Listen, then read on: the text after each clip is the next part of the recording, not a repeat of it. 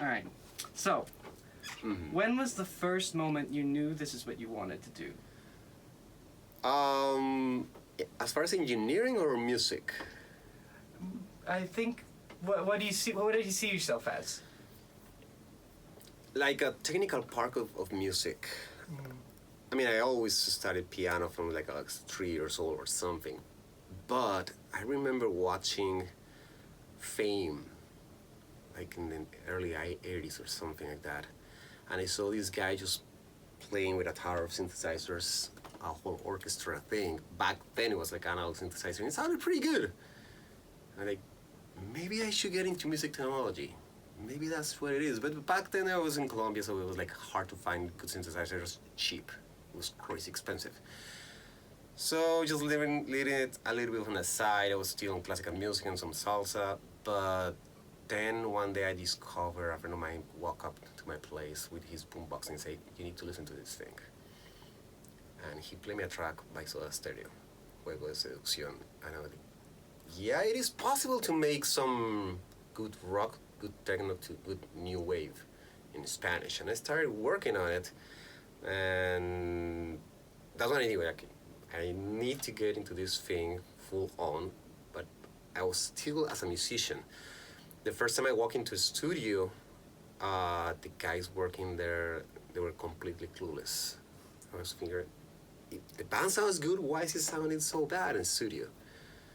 So I was just sitting on the back of the studio, so just watching these guys like completely just moving things around. I didn't know what was going on. And I found the manual for the console. And I started just reading it, and a couple of days later, I told him, why don't you let me give it a try and see what happens? And I'm like, okay, kind of like this ambient. This is my thing. Very cool. And I started working on it, but but I was like really bad with tapes. Still are. I mean, my fingers are too magnetic. Oh, okay. So we'll get into that a little later. So, what was your breakthrough production and why? When did you feel like everything changed? Probably when I did Weezer's Green Album. What did you do on that album? I recorded pretty much almost everything. Cool. They were recording at cello studios, the drums and the bass, but then the bass player got crazy. That's when they switched bass players. So they came here to mix, and the album wasn't nowhere near finished. Right here? Yeah, not to Salvi Studios. Oh, okay. Cool. With Tom Loralgi. And the album wasn't nowhere near finished. They had like 25 songs just started. So we needed to do guitars and vocals and repeat basses and probably repeat some drums. I didn't know exactly what it were, but then we started experimenting with the guitars. I'm like, yeah, I think I'm kind of like really good at this. And they didn't know Pro Tools. We just came on tapes, so I was just transferring it on Pro Tools and tuning on Performer and cutting things out. And one day Rivers told me, yeah, we have this sketch of a song, but we don't know. Like I like these two sections, but I don't know if we can put it together. You know how to cut tape? Like, yeah, but I'm not. It sticks to me, so I can cut it in the computer if you want to. I'm like, yeah, I kind of like want this section and this sort, but I don't know what can be done for another section with the rest of the song. I'm like, yeah, let me take a listen and go have dinner. He came back 15 minutes. Oh, I forgot my phone. I was just sitting there. Like, you're gonna start working on this thing? Like, I'm already done. I put together 3-4 sections and repeated and came up with a new loop. It was really fast, actually. And that's the day we came with Island in the Sun. And started redoing the guitars and started just directing the thing, and Rivers also producing, and I started doing vocals myself, and it was kind of pretty good production. I mean, Rico Kasich was there some of the time, and he was just like letting us have fun with it. But that song was pretty much hands-on, me and Rivers, and also Hash Pipe, and then we did another one, I Do, which is just the Wurley and his vocal. We like just going crazy, and when we were done with the album, we're like, oh yeah, this is kind of like my sound, this is my thing. Very cool, very cool. So what was your first encounter with digital software? It was in Colombia with an Atari Falcon. We're still working with eight track machines and sometimes 16 track machines, but it was a disaster. Every time we needed to edit something, like I said, tape sticks to my hand. I was thinking, can't believe it's not possible to edit with a computer. And then I started looking at these early sound designer things, and a friend of mine had an Atari Falcon for editing video. I was like, if you can edit their video and things, maybe you can do something with audio. And we started working with Cubase on the Falcon. And I noticed that we can record 2 tracks and edit and put it back on the tape, synchronize it, and started working with that thing. And then we burned down the Atari. It overheated and burned down, so we switched to a Mac. And that's when I started trying out several software. We started with Pro Tools 3.5, which was a disaster. It was horrible. And then I bumped into Digital Performer, which was at 1.5 version, probably. And I like, okay, I can edit 8 tracks, probably, maybe 16. And then I would say, maybe I can put a show and carry a computer around. It's not a laptop, it was like a big-ass tower, but with a screen like this big. But that was my live rig, and that's when I started, you know what? No more tips for me. This is going to be computer from now. And it was, I think it was 1995. Yeah. 96 probably. Wow. Yeah, that's when I was born. So it kind of goes into the next question. How did the workflow shift from analog recording? Like, was it a lot of benefits? Were there any consequences? The benefits, editing. Yeah. The ease of editing.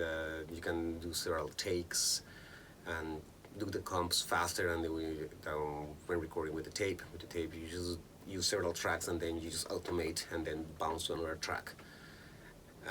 It takes a lot of time and practice because it's a performance. With the digital, you just edit the vocal or edit the guitars or go crazy with it and start doing extra processes, start writing code. That was the main difference. That the tape, that I didn't have to handle the tape anymore. I didn't have to clean the machines or calibrate the machines or anything. I would just turn the computer on and keep working. Yeah, you have to massage the hard drives, but it was doable. It was back then. It was doable, and it just kept evolving. Drawbacks: people think you can do anything with a computer. Yes, you can, but it takes longer. It takes longer than you just repeat it, do it right, and that's why we have all these shitty artists nowadays. They can't perform live because there's nothing. Yeah. Okay. Interesting.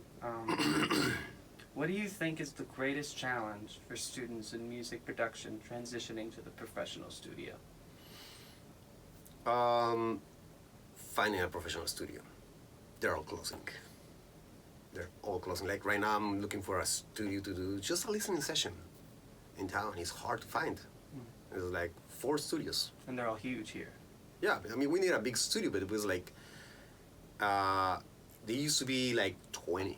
And you can actually find them, and you just find a room that suits for your occasion. Like right nowadays, like big rooms, there's 2 or 3, and not even that, and they're not well maintained. So you, as a student going to the studio, you find yourself with a big board that doesn't work, or that people use it for putting laptops on top. So you learn nothing. That's a problem. Learning how to track is mostly nowadays doing the producers' houses. So students need to get in contact with the producers or with the artists themselves to start working live, and then from live working back into the studio, or going straight to TV, to media, to post. That's where the money is, really. But those studios are just computer and a microphone, so it's nothing much they're gonna learn other than doing ADRs or probably small mixes. So yeah, that's the hard part, finding a studio. Okay. And so what would be your advice to a student looking for jobs or work in recording studios? Get in contact with the artists directly, or the producers. Not with the studios. With the studios, like for example, Hit Factory has 7 rooms, which means they have 14 positions for assistants, which they're pretty much taken. You see the assistants 3 of the assistants there have been assisting for like 10 years, probably more. They're amazing. One of them is the assistant for Bruce Whedon. This is like that caliber, so just getting an assistant spot on pretty much the only commercial studio in town is it's really hard. So it's much better if you get in contact with producers, with artists, start working live. Live is an amazing experience. You have to have some nerves to do it, but it's an amazing student experience. Cool. Have you noted any advantages in being a musician as well as an engineer and producer? All of them. All of them is like, if you don't know music, you might as well just do something else, because you're just tracking some drums, and the drummer tells you, you know what, I like the kind of group that I had on the second verse. Can you put that all the way through the first one? You need to first know what a second verse with the first one, that the relationship is, kind of like how the music flows, how the tempo flows. I had this horrible experience like 6 months ago at the studio, and the assistants, I couldn't do the machine that day because I was a little bit blind. I was changing sugar levels, so I was a little bit blind, so they had to do it, but they weren't musicians, so they were trying to just fly it by eye, not by ear. Not on the grid, ever on the grid.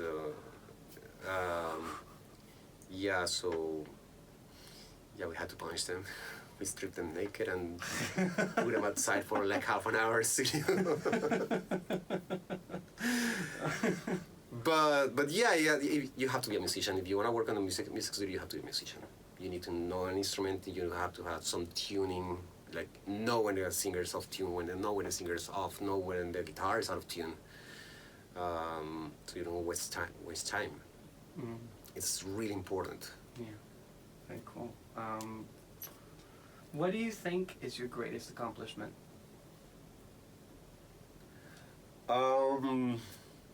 Something that you're very proud of.